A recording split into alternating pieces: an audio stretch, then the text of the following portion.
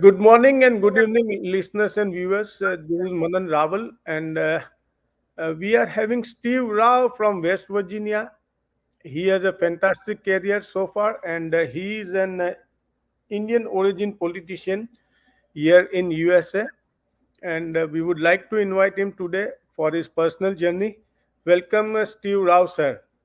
Thank you. It's a pleasure to be here on Bharat Media. Pleasure to be here. Just got back from West Virginia. Actually, I'm a city councilman, senior member of the Morrisville City Council in Wake County in North Carolina. But was born in West Virginia. My dad came there in 1969 to be a surgeon, as the first Indian surgeon in West Virginia, and raised our family there. So, if I'm not wrong, Virginia is more famous for CIA headquarters. So, are you affiliated? Yeah, there was a lot. There was a U.S. Senator named Robert C. Byrd, and he brought a lot. He even brought the U.S. Coast Guard to West Virginia. And that's a conversation for another time. But yeah, we had a lot of, West Virginia was really known for the chemical industry, where I grew up in Charleston, West Virginia. And of course, you've got West Virginia University in Morgantown. It's a great state for tourism, whitewater rafting, really, really great skiing. And of course, famous people from West Virginia, Jennifer Garner, the actress, John Chambers, who ran Cisco, who's a family friend of mine. He's now a venture capitalist, Padma Bhushan winner from India, and a close friend of Prime Minister Modi. And he's now an investor, and another actor named Sam Trammell. So we have a lot of famous people from West Virginia, and so I'm proud to claim it as my home state.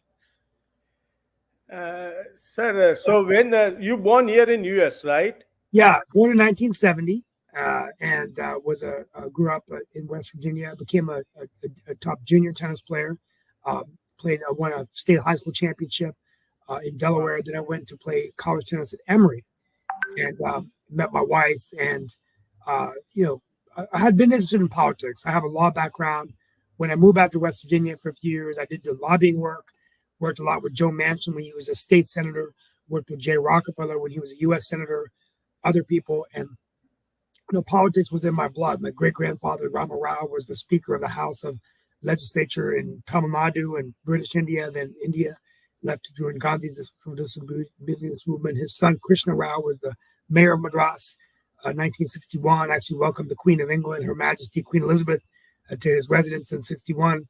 And so politics was in my blood, and I ended up running for office in 2011 when an opportunity came to serve the residents of Morrisville. So it's generation of politicians. Yes, it's in my blood. You have that in your genes, then. Yeah, it's in my genes, and it's been a great run. I've been in my fourth term. I served as mayor pro tem, the deputy mayor, for a few years, and Morrisville today is about 39,000, maybe 40,000. 47% of our population is from the nation of India. The highest percentage of foreign-born. I have a colleague who is an immigrant from India, Satish Garamella, and I've been the longest-serving Indian American in the state.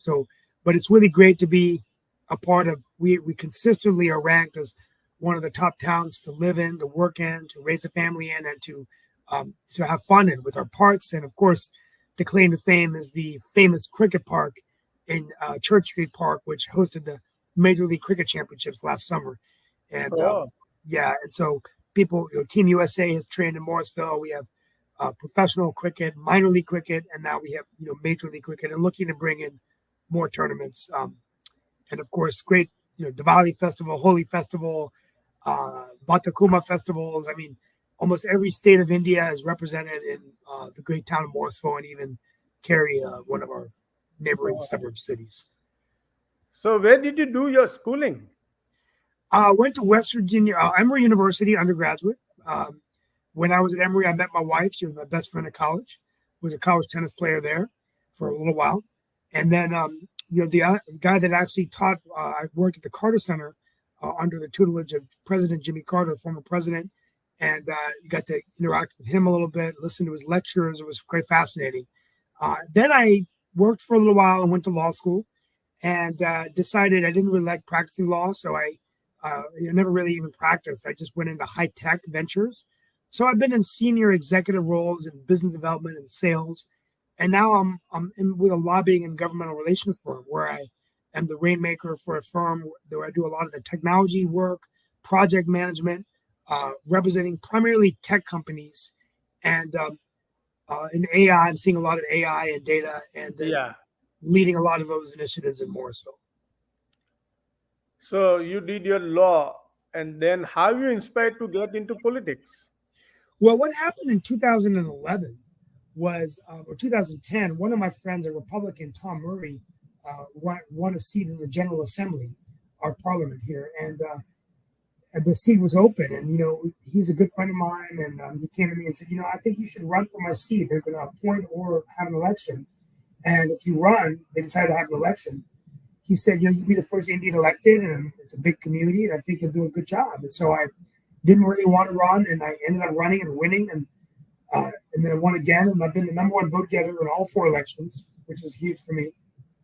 And that's what I got in. And I had a couple of opportunities I didn't take to go to the Senate, to go to the legislature, but decided to stay in Morrisville for now until I think the next 2 years, and then I think there's going to be some other opportunities I'm looking at. But it's been a great run, and I'll say most of my focus is on the technology piece. So I lead our technology initiatives in Morrisville.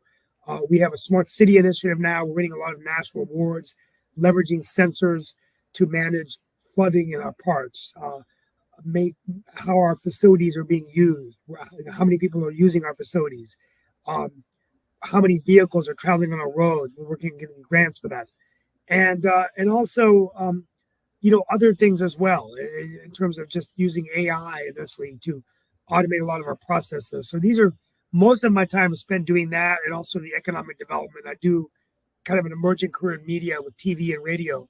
So I've got the city hat I wear, and then kind of on state TV now, on radio, and have a multiple number of media platforms now that I host shows on.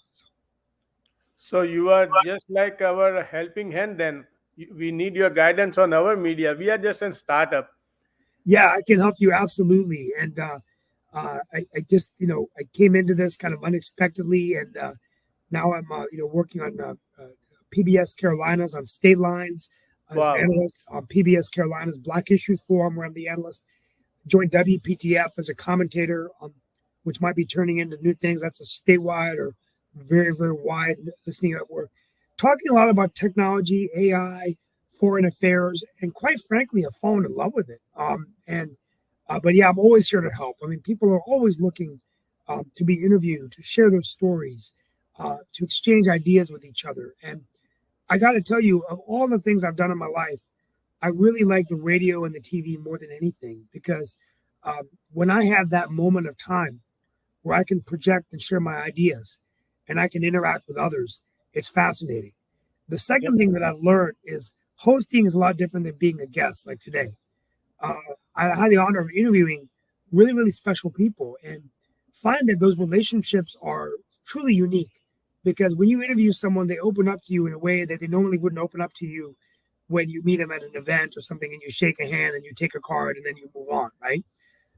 And I think so anyway. But it's been a great experience, and I'm hoping I can leverage it to run for. I don't call it a higher office anymore, but an opportunity where I can help more people. Definitely, sir.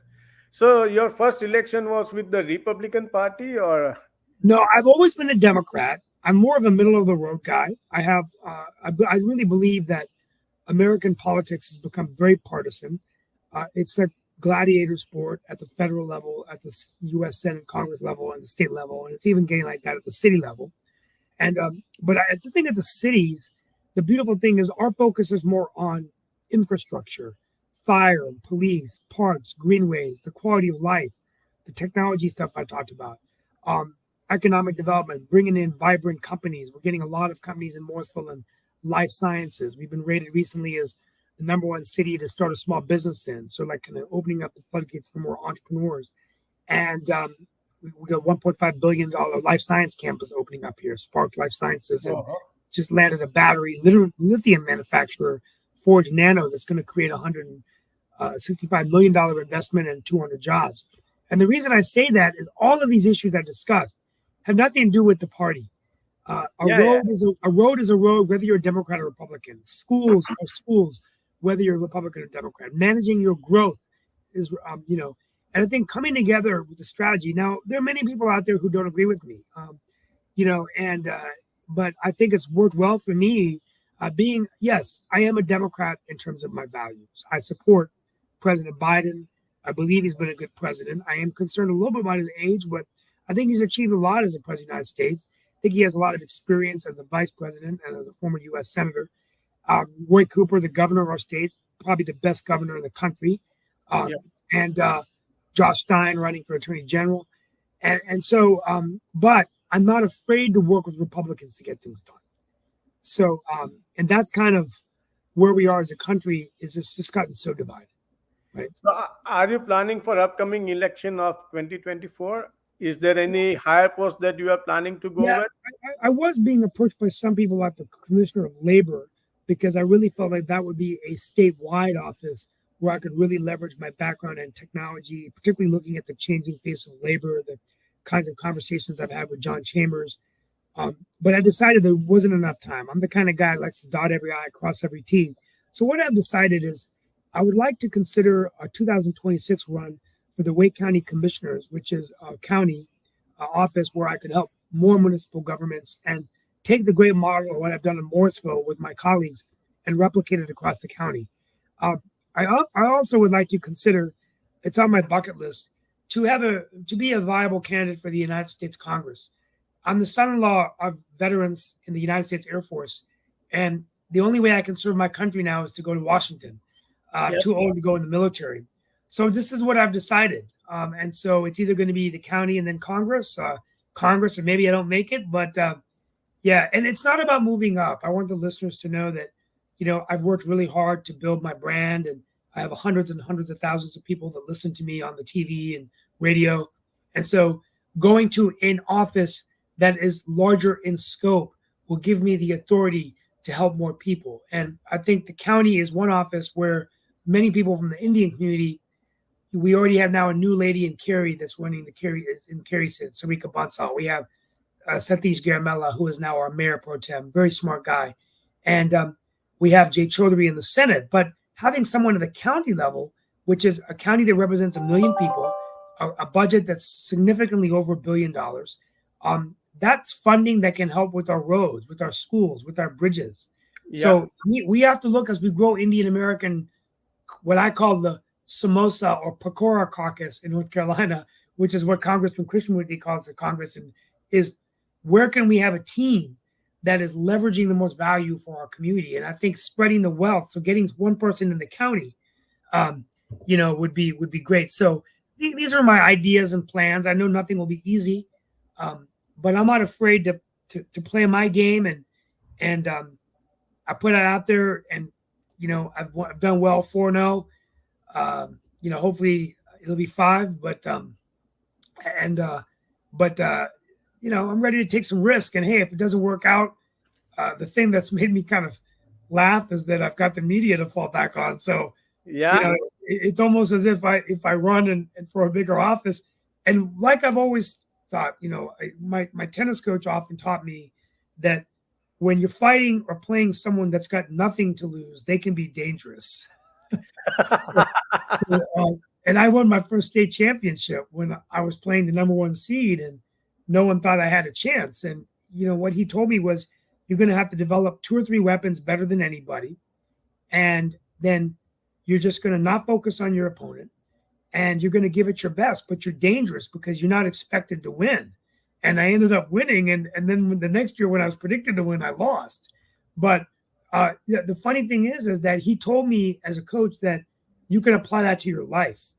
Yeah. And I think that's a life lesson I've learned, is don't get too comfortable, because if you get too comfortable, you forget what it's like to take a risk. And some of the best tennis matches I've ever played in my career, I often forgot, were the ones that I lost. But I gave it my best, and I played damn well, and it just lost by, a few points, right? Oh.